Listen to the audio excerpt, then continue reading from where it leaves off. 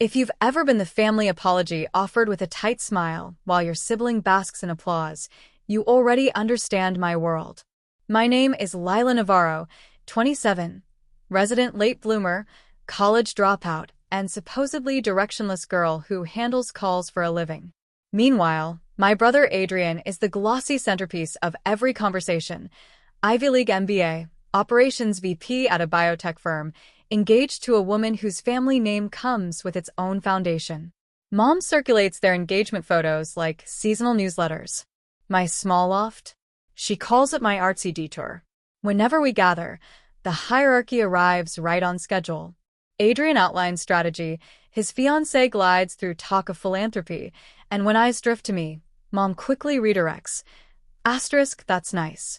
Adrian, tell them about your promotion.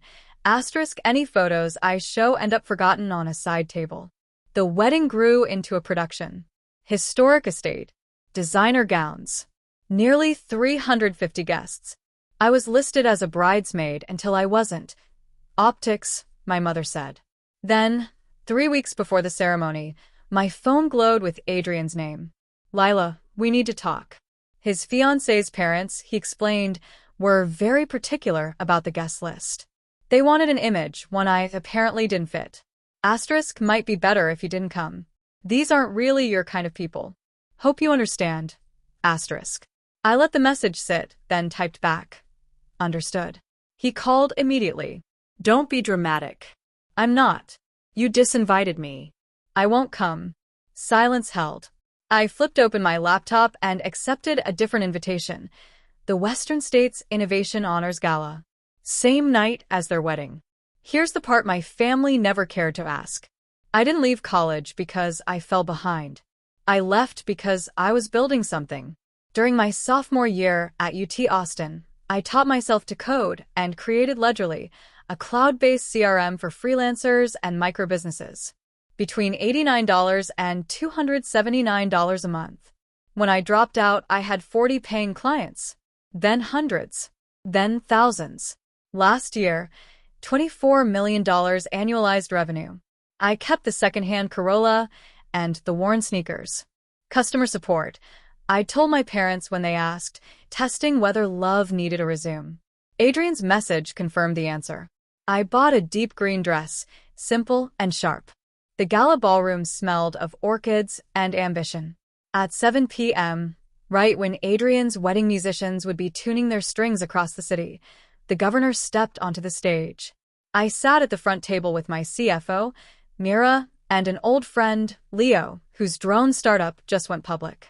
During the under 30 recognition segment, screens cycled through achievements. Then the governor returned with a grin. In 4 years, she's helped over 9,000 independent businesses modernize operations and surpassed $24 million in annual revenue. Please welcome Lila Navarro, founder and CEO of Ledgerly. The applause rolled toward me like thunder. The glass award felt heavier than every dismissive nod at our dinner table. At the mic, I told the truth. I built Ledgerly because small businesses deserved accessible tools. I left school because usefulness mattered more than appearances. If the people close to you don't see your work yet, I said, build anyway. Results speak the language they understand. Warm applause rose again. Cameras flashed. By the time interviews were done, my phone vibrated nonstop. Over 100 messages. Mom, is this real? Please call. Dad, why didn't you tell us? Adrian, my guests are all talking about you. You did this on purpose. I locked my screen. Leo nudged a water toward me. Family, I said. But for once, the word didn't make me smaller. By Sunday, Adrian's missed calls stacked into a column. I let them sit. Mom showed up at my apartment without warning, apology written across her face. Why didn't you tell us? She asked softly. Because love shouldn't require a pitch deck, I said. We sorted through years of selective listening, her worry, my distance. It wasn't a fight, it was an audit. On Tuesday, Dad invited me for coffee. His hands cupped the paper cup like it steadied him. I mistook my path for the only path, he admitted. I offered a boundary he could hold. 1 coffee a month, 1 hour, public place. He nodded as though the agreement were a fragile gift. Adrian mailed a letter, 8 pages of explanations. He believed reducing my presence would lift his. I sent 1 page back. Asterisk, I believe you're sorry. Trust will take time. No shortcuts. Asterisk. Meanwhile, Ledgerly surged. Demo requests poured in. Leo texted, proud of you. I placed the award on my desk, not as validation but direction. By September, I signed papers on a house in Travis Heights. Tall windows, a small photo studio corner, quiet in all the right places. I bought it without needing anyone's approval. When UT invited me to speak, I told the students what metrics never capture.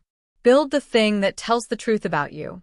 If the people you love can't see it yet, keep building. Let them meet you where you stand, or let them watch from the distance they chose.